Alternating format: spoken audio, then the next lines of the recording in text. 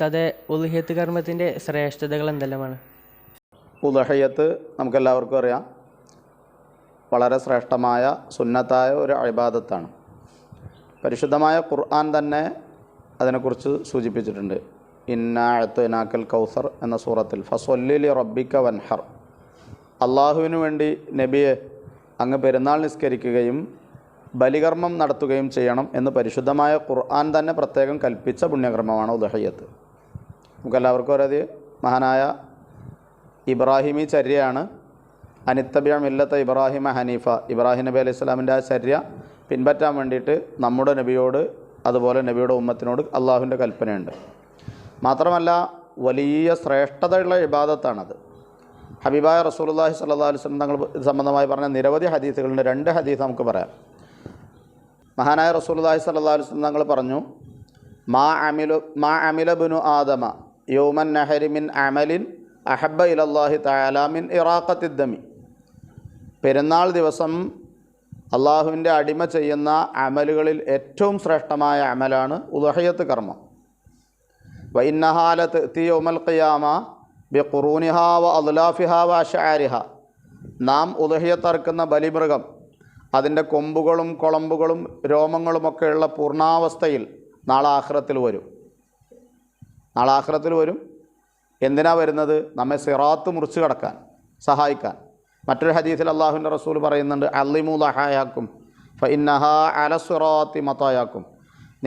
നിങ്ങളുടെ ബലിമൃഗങ്ങളെ ആദരിക്കണം, കാരണം നാളെ സിറാത്ത് മുറിച്ച് കടക്കാനുള്ള നിങ്ങൾക്കുള്ള വാഹനങ്ങളാണത്.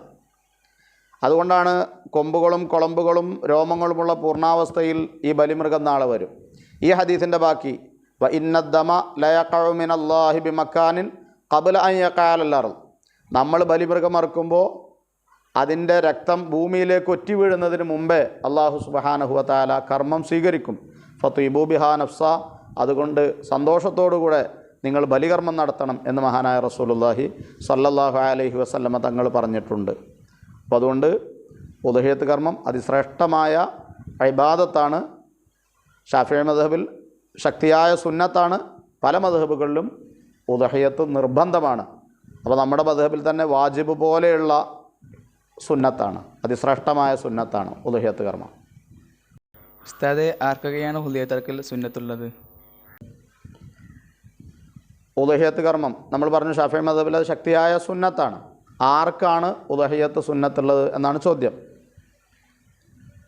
പെരുന്നാൾ ദിവസത്തെയും ശേഷമുള്ള അയ്യാമു തശ്രീഖിൻ്റെ 3 ദിവസങ്ങൾ എന്ന് പറഞ്ഞാൽ പെരുന്നാൾ ദുൽഹിജ്ജ 10, 11, 12, 13 ഈ 4 ദിവസം തനിക്കും തൻ്റെ ആശ്രിതരായ ഭാര്യ, സന്താനങ്ങൾ, പ്രായമായ മാതാപിതാക്കൾ, ഇങ്ങനെ തനിക്കും താൻ ചെലവ് കൊടുക്കൽ നിർബന്ധമായ ആളുകൾക്കും ഈ 4 ദിവസം കഴിയാനുള്ള അനിവാര്യമായ ചെലവുകൾ കഴിച്ച് ഉളുഹിയത്ത് അറുക്കാൻ ഉള്ള സംഖ്യ മിച്ചമുള്ള എല്ലാ ആളുകൾക്കും ഉളുഹിയത്ത് അറുക്കൽ ശക്തിയായ സുന്നത്താണ്. അപ്പോൾ നമ്മുടെ നാട്ടുകളിലൊക്കെ ഒട്ടുമിക്ക ധനികന്മാരായ ആളുകൾക്കും ഉളുഹിയത്ത് ബാധ്യതയായി വരും. അത് ശ്രദ്ധിക്കണം എന്ന് സാന്ദർഭികമായി ഉണർത്താണ്.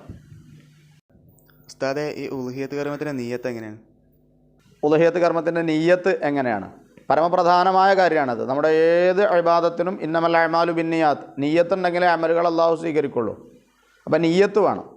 നമ്മുടെ കിതാബിൽ പറയുന്ന നിയ്യത്ത് നവൈത്തുൽ ഉളുഹിയത്തൽ മസ്നൂന.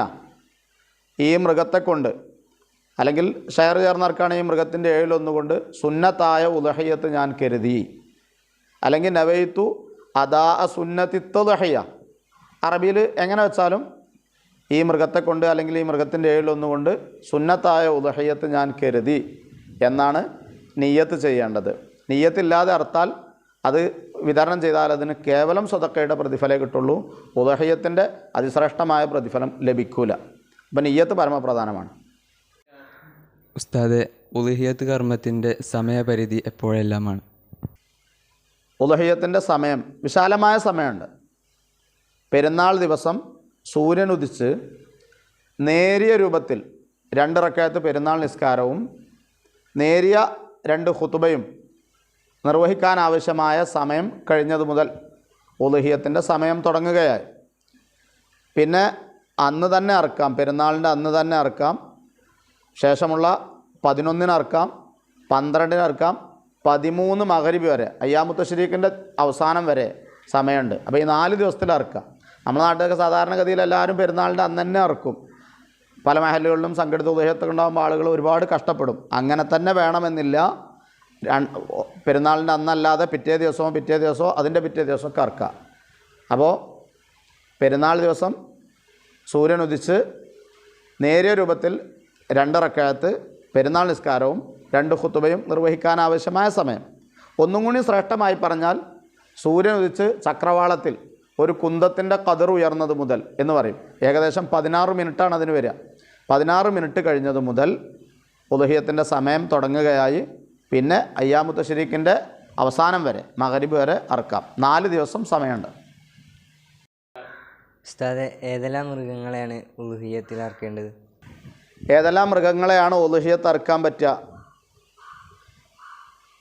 ആട്, മാട്, ഒട്ടകങ്ങൾ, ഈ 3 ഇനം മൃഗങ്ങളെയാണ് പരിശുദ്ധമായ ഖുർആൻ പറഞ്ഞ അൻആം. ആട്, മാട്, ഒട്ടകങ്ങൾ. നമ്മുടെ നാട്ടിൽ ഒട്ടകങ്ങൾ സുലഭമായി ലഭ്യമല്ല. അപ്പോൾ ആടുകളെ ഇറക്കാം. അതുപോലെ തന്നെ മാട് എന്ന് പറഞ്ഞാൽ പോത്ത്, കാള, മൂരി ഇവകളൊക്കെ ഉളുഹിയത്ത് അറുക്കാം. ഉസ്താദെ, ഉളുഹിയത്ത് മൃഗത്തിൻ്റെ വയസ്സ് എത്രയാണ്? ഉളുഹിയത്ത് മൃഗത്തിൻ്റെ വയസ്സ് ആടാണെങ്കിൽ 2 തരം ആടുണ്ട്. അറബിയിൽ ലഅ്ന്, മഅസ് എന്ന് പറയും. ലഅ്ന് നെയ്യാട്, മഅസ് കോലാട്. നെയ്യാട് എന്ന് പറഞ്ഞാൽ നമ്മളെ ചെമ്മരിയാട് ഐറ്റംസാണ് ലഅ്ന്. അതിന് 1 വയസ്സ് പൂർത്തിയാവുകയോ അല്ലെങ്കിൽ 6 മാസത്തിന് ശേഷം പല്ല് കൊഴിയുകയോ ചെയ്താൽ അതിൻ്റെ പ്രായമായി. പക്ഷേ നമ്മുടെ നാട്ടിലുള്ള ആടുകൾ മഅസാണ്, കോലാടാണ്. അതുകൊണ്ട് നമ്മുടെ നാട്ടിലുള്ള ആടുകൾക്ക് 2 വയസ്സ് പൂർത്തിയാവണം. ഇതുപോലെ തന്നെയാണ് മാടുകൾ, പോത്ത്, കാള തുടങ്ങിയതിനൊക്കെ അറുക്കുന്നതിനും 2 വയസ്സ് പൂർത്തിയായിരിക്കണം. ഒട്ടകങ്ങളാണെങ്കിൽ 5 വയസ്സ് പൂർത്തിയായിരിക്കണം. ഇതാണ് അതിൻ്റെ പ്രായം.